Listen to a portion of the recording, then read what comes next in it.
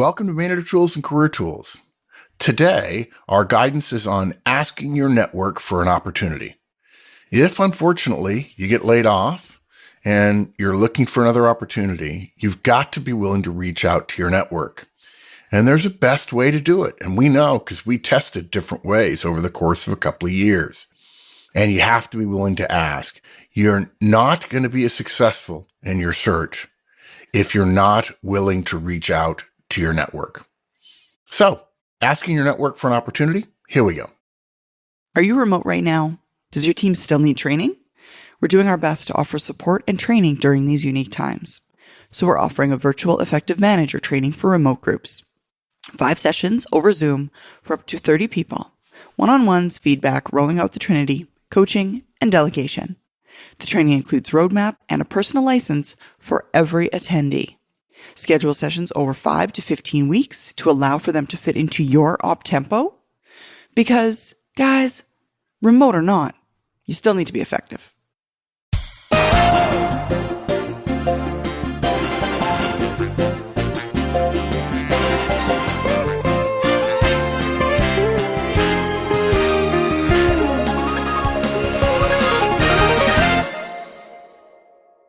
So, Mark, recently we were asked how a member should let his network know that he's looking for a new position. Now, this particular, This guy, his company was going under, right? And so it wouldn't exist in the future. It's surprising to me the angst people have about what do they do under these situations? How do they reach out to folks?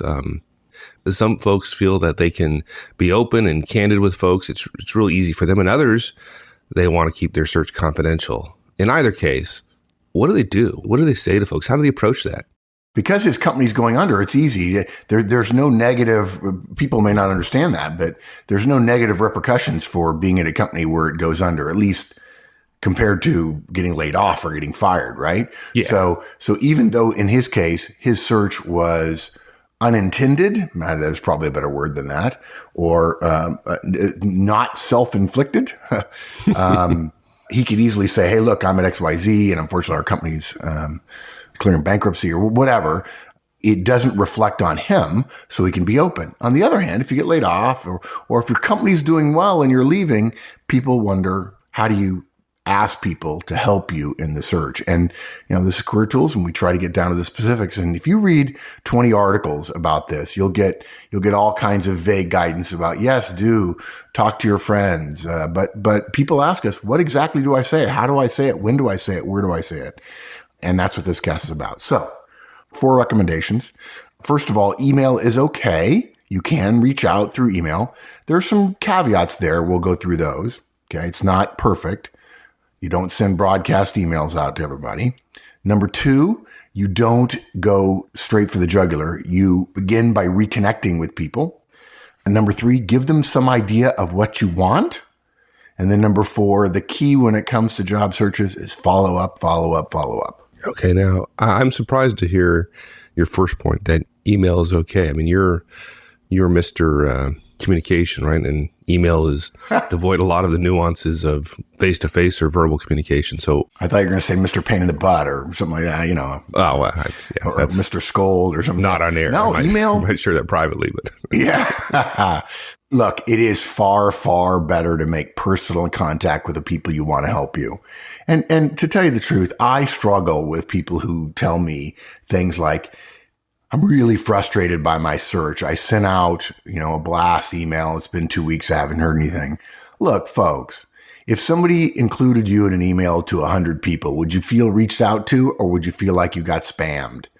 I always say it this way. If you're one of 100 people who got an email, now maybe it's because of my role and the number of people I've helped in terms of job transitions, but I've always had this feeling of, am I number 100 or am I number 5? And not because I need to be number 5, but because there's no distinction, there's no discrimination between the top 100, I don't know whether he thinks he really should expect something from me, or I'm just somebody who's in his electronic database in his phone or whatever, where he has an email address. And well, it's even worse today with Facebook and LinkedIn, and folks have much longer email lists than they used to, right? That used to be the providence of companies having big long email lists, but now people have contact lists that are pretty substantial. Yeah. And then they make the mistaken assumption that they mistakenly assume that because I have their contact information, they're my friend. That's a different issue. You have to listen to our MySpace and Facebook cast to hear that distinction. But it's way better to reach out to people individually. If you send a broadcast email, you're asking for vagueness back from everybody. Look, if you had the time and energy, it would be ideal to share a meal with every person who you think can help you in your search. We know that, though, if you've been following our guidance, you have over 100 people in your network, so you can't share a meal with everybody. So by definition, we're off of ideal. But just because we can't do ideal doesn't mean we should easily jump to most easy, right? Email is certainly efficient for us, but it's not effective for the listener, for the receiver. Even if you start taking 11s, as Wendy says, and which for Americans, that's like a snack at 11 o'clock in the morning, and go have coffee with somebody nearby where you used to work. Even if you took afternoon tea like Wendy does, it would take you 20 days to see all 100 of your acquaintances if you used every meal. So by definition, email is okay. But I would argue that as we said, there's some caveats.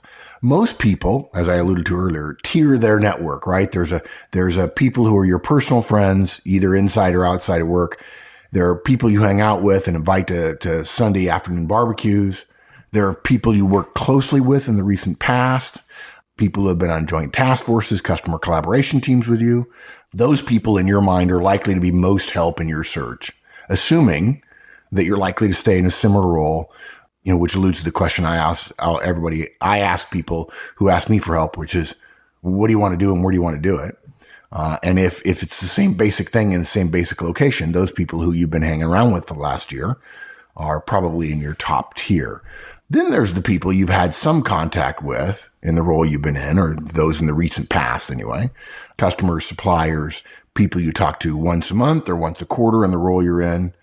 And then there are those people who maybe you've met once. Now, look, there are people you've met once who might be in the top group because they're a recruiter or they have a fabulous network. That could happen. But basically our point is there's some tiering in your mind about the relative value for your search of people who are acquaintances, contacts, friends, close associates. Your inclination is to talk to those people closest to you, to your personal friends, to your current colleagues about what you want to do. This is totally natural, right? You feel closest to those people. You can be most open and you can be yourself with them. We see people all the time. We hear of people all the time having lunch with those people and saying, I'm thinking about looking for something new. And the people they meet the least, those on the outside of the network, are the ones to send an email to. But folks, this is backwards. Okay? Yeah, look, it's totally okay to tier your network into those closest and those furthest away from you, furthest not being a linear distance, right? Think about it. Those closest to you are likely to have the most information to help you. If someone already works on your team, they probably have an immediate network that's very similar to yours. You probably know 80% of those same people. If you're serious about your search, you need to have the most direct and rich contact with those who are furthest away from the center of your network. Makes sense. Now, we understand that physical distance can make this hard, and we don't want to make it just about physical distance, but breakfast, 11's, lunch, afternoon tea, after work drinks, even dinner, with those people who may be a little bit more distant, who still are people you're going to let know that you're looking. If you send an email to 50 people, even if you do it individually, which is great, it's way better. God, it's way better than a blast. If you send an email to 50 people whom you barely know, I can promise you 90% of them are just going to ignore it because they understand that you barely know them. You're not calling them. You're not trying to have a drink with them. So therefore, you're taking the path of least resistance. You're making it easy for them to say no. And they probably think, oh, he's only sending an email because he knows I'm not going to do anything for him because I'm kind of on the outskirts of his network. And so it's easy. His email sends me a message that it's okay to say no. But look, those people who are most distant, offer to buy them a drink after work, offer to have lunch with them, right? If you don't know them very well, if you want to know them better, if you think knowing them better will help you get an opportunity, then okay, eat with them. Just say that. Hey, I want to get to know you better. Would you like to have lunch? Would you like to have a drink after work? Would you turn down someone who asked you that, who knew you? You might turn them down because you're busy or you have family obligations, but I think just because they say, I want to get to know you better, or hey, I'm thinking about expanding my network. I feel like there are all kinds of people I could know better. Shoot, I'd be motivated to do that. It's a little bit hard for me with my travel schedule, but it seems like every few client trips, somebody takes me aside and say, hey, look, when do you have to go to the airport? And I said, well, I don't go till tomorrow morning. They said, well, can I buy you a drink? Can I buy you and Mike a drink? Let's get to know each other better. You seem like guys who are really cool. I want to stay in touch with them. Yeah, okay. We'll go have a drink for half an hour and chat, and then we'll go back and do email. So, okay.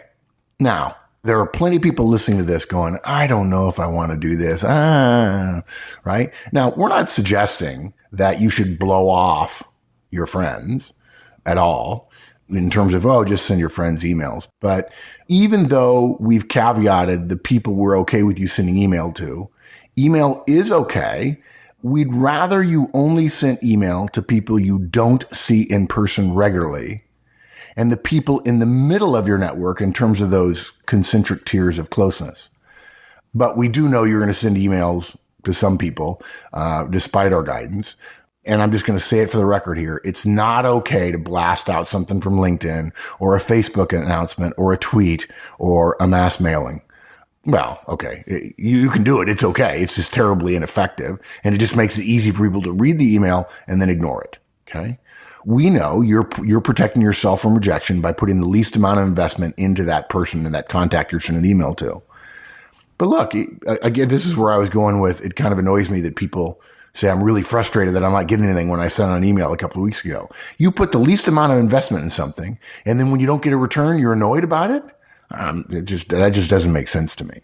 If you want your contacts to be effective, there's going to be some risk, and that means reaching out to them, being personable about it, and staying in touch with them, which we'll talk about later. Good. Okay, so we reach out. So say we, even have, I have lunch with somebody. What do? Sit down and order food and then say, okay, do you know anyone who has a job? Yeah. I think people, listening are going to immediately react, well, okay, that wouldn't be the way to start. Yeah. But people worry about that. How do I start? I haven't talked to the person in 5 years. What is just sit down and ask for a job? You never ask that. Do you know anybody who has a job? You begin by reconnecting with the person. The fact is, we all do this naturally, but when we get into a job search, Wendy and I, Mike, we've seen some pretty unnatural behavior. If you run into somebody in the supermarket that lives near you, that works in a similar field and might have a potential opportunity for you, or know somebody who knows somebody, and you see them for the first time in a while, in a few months, what do you do naturally? What comes naturally? You say, hey, how are you? You wait for their response. And when you both said, I'm fine, you ask about their kids, their hobby, how they got on with building the shed they were talking about building, their vacation, whatever. That's how people reconnect with one another. Whether it's in person or by email, you begin by reconnecting. If I were going to send an email to somebody and I wanted to reconnect, even though, in fact, it may be that at some point in the near term, I'm going to want them to help me, the first thing I'm going to say is, hey, it's been a while. Hope you're doing okay. How were your holidays? Or, hey, how did the move go? Something like that. That's how you reconnect with people. If you're having a meal with somebody, don't get to the third step of the cast, which is giving them some idea of what you want, until your dinner plates arrive.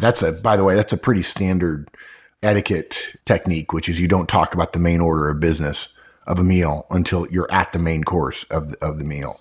So during drinks and during appetizers, if in fact those come, you're talking about family and friends and how things are going and so on. And you're catching up on them and they're catching up on you without clarity around, hey, I want X from you.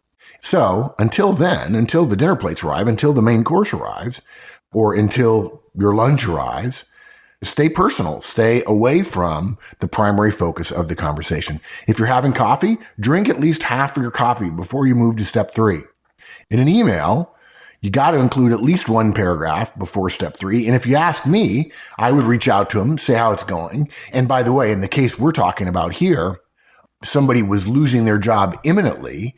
If you know 3 months in advance or 6 months in advance that you're going to think about making a search, right? I don't know why people don't do this. They wait until, I'm going to resign and then I suddenly have to have a search. Our recommendation is don't let your resignation drive your search and then resign. And so if you know 6 months in advance, reach out to somebody 6 months in advance and say, hey, how's it going? Just reconnecting. Thought about you the other day when I was at a baseball game. Maybe because you played baseball with them in college or you went to a ball game together when you were in an internship program at Accenture or whatever it might have been. And you reach out to them and you say, how's it going? And then you can send a couple of emails before you say, hey, by the way, I'm thinking about making a change. And by then you've warmed up this cold relationship enough that they're more likely to do something on your behalf. They're more likely to send an email. They're more likely to make a phone call on your behalf. But if you don't want to take that long, if your search is imminent, as in the case of this person whose company was going under, you've got to put at least one paragraph of chit chat, of personal stuff before you get to step 3. For you high Ds out there who want to get right to the point right in the beginning, you're wrong. In some cases, it's good to be a high D when a decision needs to be made. There are other cases when it's not good. This is a case where the first sentence is, hey, I'm trying to decide to change jobs. I'm wondering if you can offer me some help. If you haven't talked to this person, if you don't have a connection with them, if it hasn't warmed up a little bit, even a paragraph worth of warming up, it's going to hit them square in the face in a way that's not helpful. Look, the relationship between two people is a bit like a rubber band. The longer you've gone between conversations and the more trivial the subject, the more stretched the band is. And a stretched band is weaker, right? If you want to stress the band by asking for something, it's unwise to do it while it's already stretched. If you reconnect a little bit, it brings you closer together. You remind them of the shared values and shared interests, shared background you have. The band contracts somewhat, so it's stronger again. It can take stretching. It's much more likely to be able to take the stress you're about to put on it when you stress and say, hey, I need a favor. And look, that's another reason why you need to have a richer form of communication with those further away in your network, because those bands are already stretched. Now, I know there are some people who are saying, well, wait, I'm in San Francisco. The people most distant from me in New York, I can't have lunch with them. We understand that. For those people that you can, we want you to do that. And then we want you to wait and reconnect first before you start asking for things. Good. Well, I've said it before. I mean, Mike, how many times have I said it? People don't pay attention to their network. They're busy. They got their head down, right? They're working. Suddenly things aren't good for whatever reason. And now they've got to ask a bunch of people whom they haven't talked to in a year. They've got to ask them for help. And then they don't even put a warming paragraph in their email. Amazing to me. Frustrating. Yeah, that's amazing. It's unfortunate people don't get that, because when they most need their network, they're not prepared. It's terrible, frankly. Now, what about folks, they're not the brash ones. They're not the ones that are likely to sit down, have lunch with somebody, and just immediately blurt out before the waiter even arrives at the table that they need a job. Their concern is they understand they're asking a favor. They understand that the rubber band is stretched a little bit, and they're nervous. They're anxious about it and feel embarrassed, uncomfortable, and have a difficult time of telling somebody, hey, I'm looking for a job. Is there maybe a better way to think about that? Yeah, look, we know that. It certainly happens. But look, other people aren't mind readers, right? I mean, I can't imagine that the thing, maybe it's like pulling off a Band-Aid. You should just pull it off really, really fast. Just go ahead, boom, and ask for it. But that's one way to think about it, I guess. The people who are uncomfortable doing it are going to no, I'm not going to do that at all. But you have to ask them. I understand that people might feel embarrassed, but people aren't mind readers, and luck is what you make it to some extent. If you want that lucky coincidence, which leads to a great opportunity for you, you have to ask for it. And what I would say is this. I mean, we could probably talk people through that individually. It depends on where their fear comes from and so on. Since we're talking to tens of thousands of people right now, I would say if you want an opportunity to present itself, but you feel uncomfortable and so you don't do anything, then sorry, you may feel justified that you avoided the pain and suffering of the moment of fear and self-loathing that you have to ask for something when you really feel uncomfortable about it. But look, if you avoid that and you don't get what you want, don't complain to me. part of being a professional is doing what you're supposed to do when you're supposed to do it, whether you want to or not.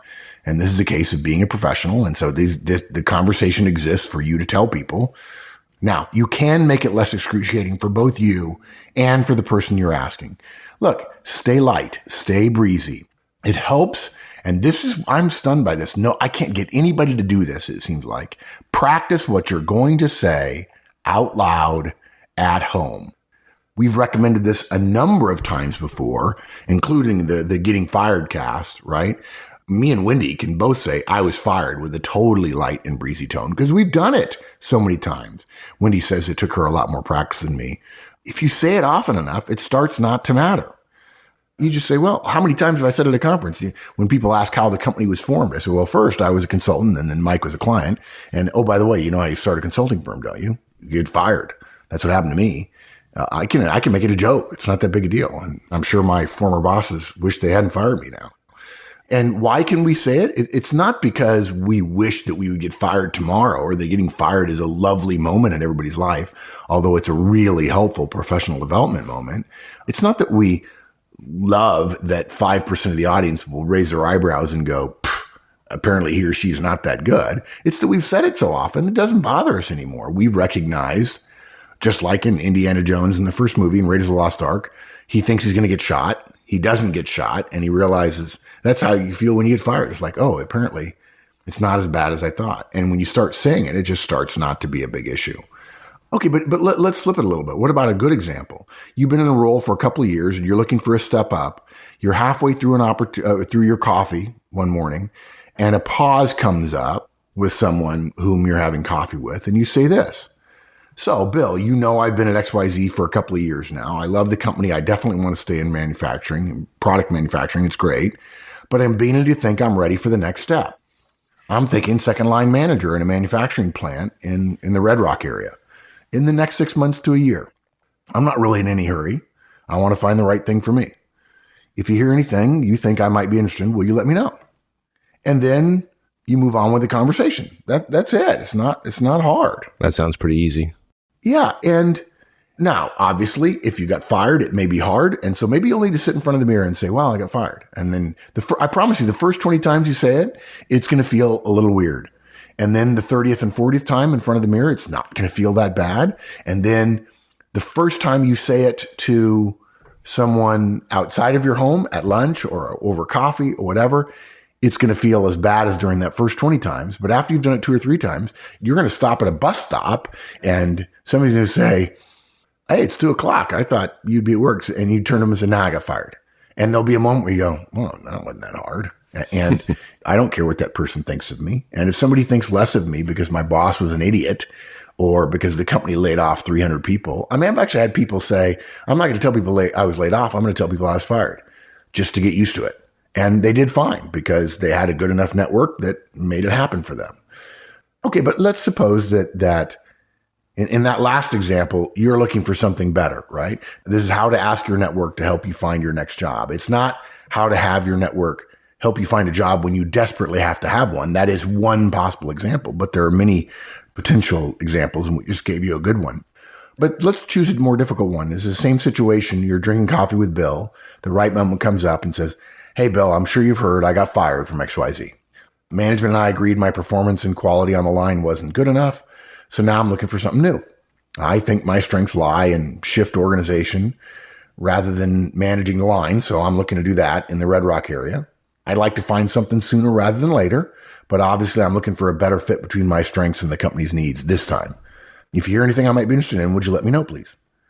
Even that, which starts with an admission of guilt or fault, you can totally have in a light and breezy tone.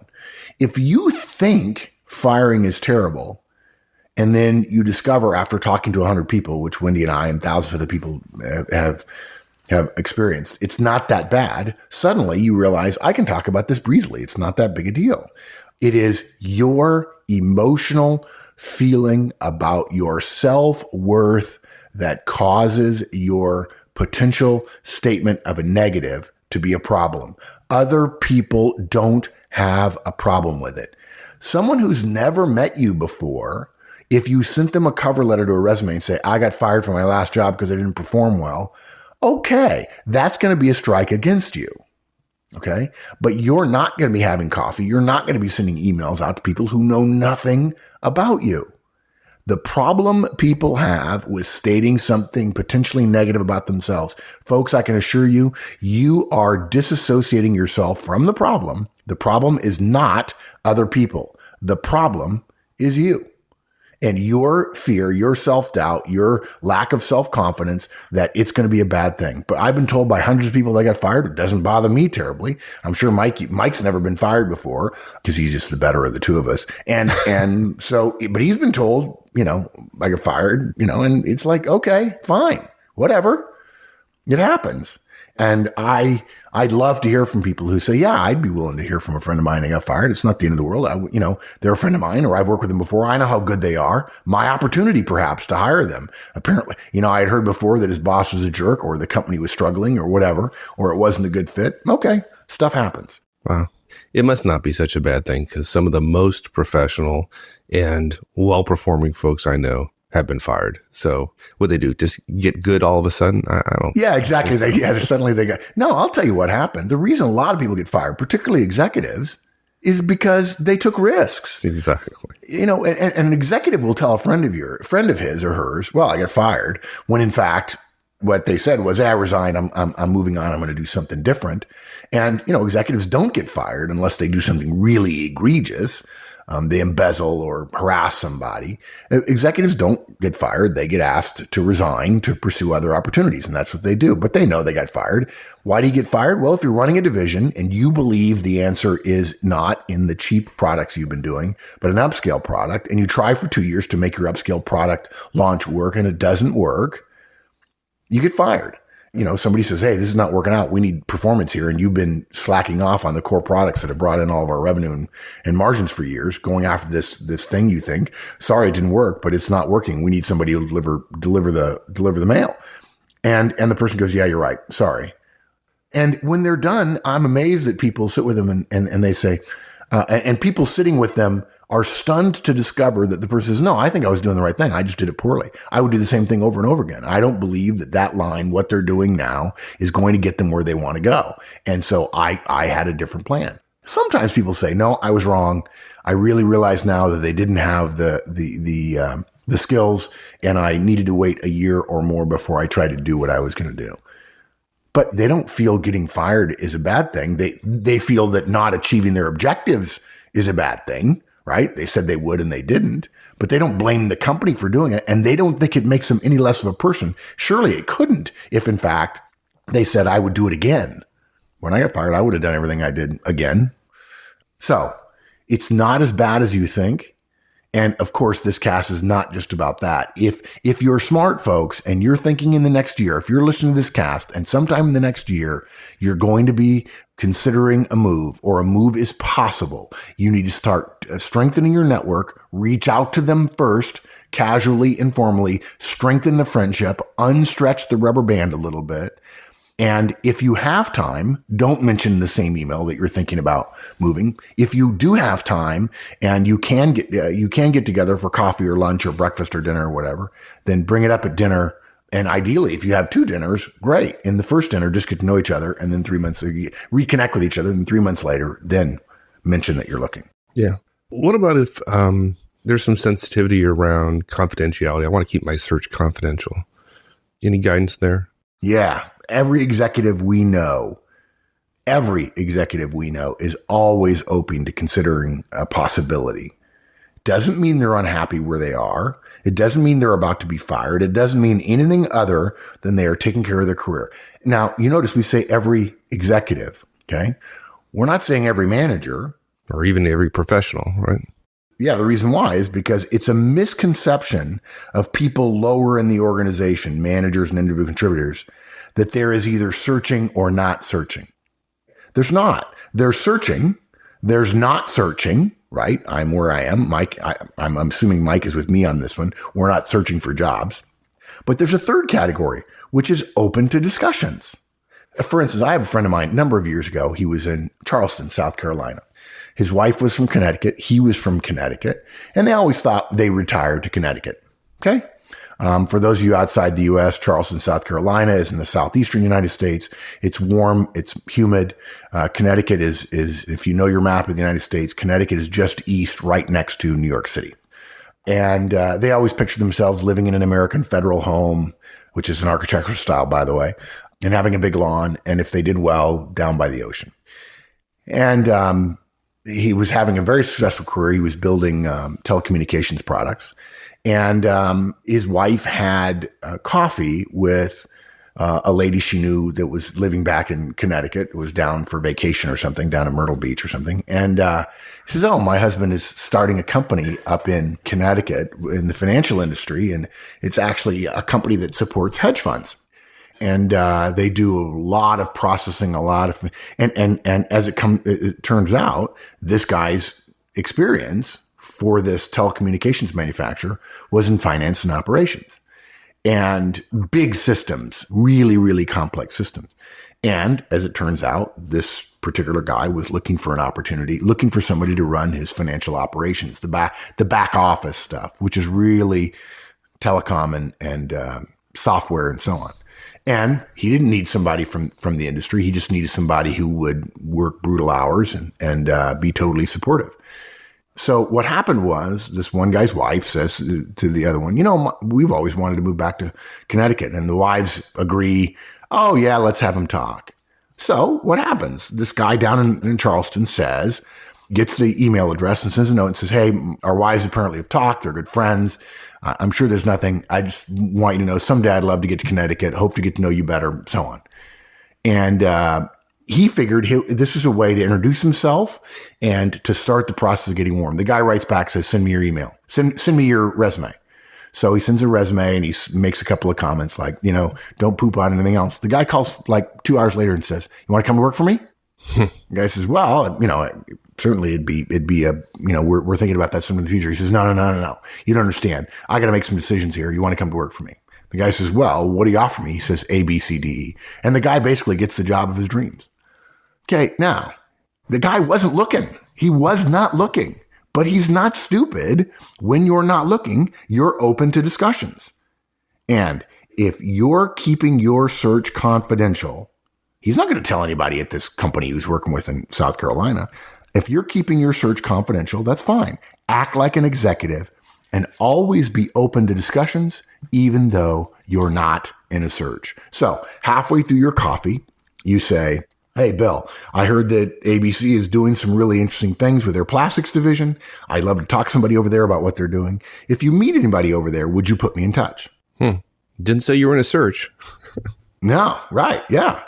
Yeah. And do executives like to meet and keep up with other people in the industry? They Absolutely. do. And that's what you're doing. Now, there are some people going, well, Mark, I'm not an executive. Folks, the point is executives are better at searching than you are. You could behave like an executive, even if you're a manager or an individual contributor. If you're an individual contributor in the plastics business and you don't know anybody in the plastics business, but those people at your company, then you don't have a strong enough network yet.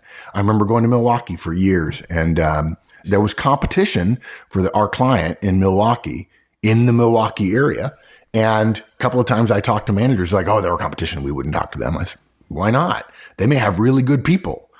I want my really bad people to go to work for them. And I want their really good people to come to work for us. I want 4 or 5 contacts over there, right? Just because you never know. It's not because I'm searching. It's because I'm smart about the industry. And the more I know about what they're doing, that might be helpful to me in some other way about competitive information or just about industry information in general. And all of this, what you're doing, you can have a confidential discussion with somebody. You're open to opportunities and yet you're not searching. And that's the way you start it. You want to start the process of strengthening your network in the event that you may in fact do a search. And so you say, hey, I'm open to the possibility of talking to somebody. And you do that. And it's not the same thing as saying I'm ready to interview, but it's better. And you've already warmed up the relationship and it strengthens and broadens your network, even if it's in a virtual way. Makes a lot of sense. Okay, let's say I reach out to my network as it is. I go through one round of this and I don't get any job offers or contacts that seem like they're going to lead in the short term to a position. Have I screwed up in some way? Is that an atypical experience? No, I think you're completely normal, and I think you're likely to do the completely normal thing, which is to whine about, I sent some emails, I didn't get anything back. And then stop, right? It doesn't work. This network, this building my network thing doesn't work, so I stop. The chances of the perfect opportunity falling in somebody's lap in the first conversation they have with the first person in their network are 1 in a billion. It just doesn't happen. Look, people want things that they fear, that they know they have to go through. They want them to end up to be easy after all. Something that you fear that's going to take months of hard work and you're going to be, quote, fearful, unquote, throughout it, that just scares people. And so people have a cognitive dissonance between I fear it and yet I know it's going to take a lot of time. So what they assume is it's not going to, the way they solve their fear is they say, well, it's not going to take a lot of time. And then they compound their fear with complaining that, it didn't happen immediately. Yeah, I mean, I planted the seeds, I watered them, and they didn't grow. I can't believe it. It's been a whole 2 days. Yeah, it's been 2 days. Yeah. So look, it doesn't happen. You have to keep working at it. Luck is the residue of design. Fortune favors the prepared. Okay? If you're in a search, even a casual, long-term, I'll move when I find the right opportunity search, you need to keep reaching out to your network. People will help you, but they're unlikely to do it if you don't remind them. Now, you can't whine after the third one. Gee, I thought you'd be a better friend in this way, but you can reach out every month for months to somebody. Hey, still looking. Just want you to know, keeping my options open. Okay. Think of somebody you know at work who drives more or less the same route as you. One day their car's in the shop. If they asked, would you give them a ride? Sure you would. Yeah. Would you then ask them every day, do you need a ride today? No, you wouldn't. Would you feel bad if a month later they said, my car's in the shop again? Would you mind giving me a ride? No, you wouldn't. Now, if they ask every week for months, you might be a little bit put upon. But if it's a couple of times and they did something for you in return, if they brought you your lunch one morning or whatever, since you're going out of your way a little bit, you'd probably do it. And that's what it's like with your network. People are selfish. In fact, Mike, didn't you recommend a book called The Selfish Gene to me a number of years ago? I did. Mm-hmm. Yeah. Folks, in order to have political systems which believe in individual rights, there has to be some selfishness, which the word, of course, has bad connotations. But you have to be somewhat self-motivated as an individual. It's the human condition to be primarily concerned with ourselves. When we're reminded of others, we're more willing to help them than if we hadn't thought about them in 6 months. In order to get somebody to help you, they have to be reminded about you. You have to be the one doing the reminding. If somebody gives you a lead or some help in some way, you even then follow up. Please follow up on the lead that they recommend. You don't know how many times we get emails from people saying, help me, please. We help them, and then we never hear from them again. We don't know if our help actually helped them or hindered them. It's like, no, I'm not helping him again, right? There are a couple of people in the hundreds of thousands that listen to us, and the shows have been downloaded millions of times. There are a couple of people, Tom Hausman is one, who every once in a while sends me a note and stays in touch. Probably of all the people, other than there's probably about 10 or so folks over the course of the last 6 years that have reached out to me on a regular basis. And Tom Hausman is the most consistent. And he just sends a note every once in a while saying, hey, this happened to me, or I want you to know that this happened to me. He asked me for a favor recently. I was able to help him, and he followed up with me and has stayed following up with me about the favor he asked me for. It's amazing. And I have people all the time coming to me after the conference saying, I want to stay in touch, and then they don't. And we know that this podcast is likely to fall on deaf ears. We understand that. And this goes back to the old, it's a manager tool slogan, which is, in the land of the blind, the one-eyed person is king or queen. When it comes to a search, when it comes to asking your network for an opportunity, staying in touch is the thing that will make you the one-eyed king or queen. Literally. So few people do it. 95% of the time, nothing happens. It's as if it fell into a long, deep well. Say thank you to people for the stuff they do for you and follow up. If you will follow up, even if you mess up and you bring up that you're in a search too early when you're having coffee or having lunch, you'll still be okay if, in fact, you follow up. But too many people want it to go away because they fear it. And then when it lasts a long time, they compound their fear with complaining that it wasn't the way their fear asked them to have it be, which is short. And it's not going to be short, but it works. So email is okay. It really is, but you're probably going to do it backwards. You're going to send email to people furthest away from you in terms of your tiering of your network. And we recommend it the other way around. Always remember, begin by reconnecting. Don't immediately jump to the bottom line. That's not the way you have a conversation with a friend or a professional associate about something that benefits you. Give them some idea of what you want. Stay light, stay breezy. Don't say, I really need this, because that'll scare them. And then you've got to follow up. You've got to follow up. For some reason, people think that asking their network for help is incredibly difficult. It's not. Look, I'll give you an easy way to think about it. You're going to ask 100 people and 5 are going to help. So it's easy to ask. 95 people are going to say no. So they're not going to do anything. Fine. Right? It's easy. This is easy. If I know they're not going to do anything, it doesn't hurt to ask. Yeah. And conversely, if you know only 5 of 100 or 5% are going to respond, you better get to that 100 if you want to have any shot. Exactly. Right. You better do it. It's basic human behaviors and politeness that make this thing work.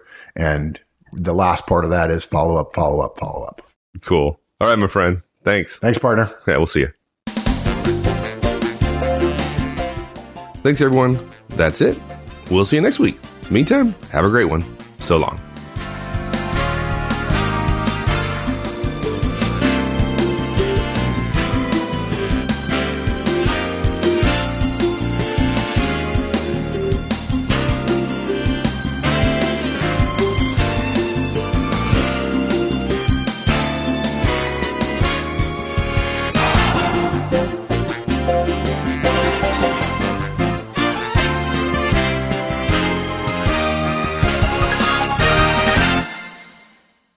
That's it, everybody. Hopefully you learned something and you'll feel more confident about asking your network. Tomorrow, we're going to talk about developing your bench in a downturn. Even during a downturn, you need to worry about your network. See you then.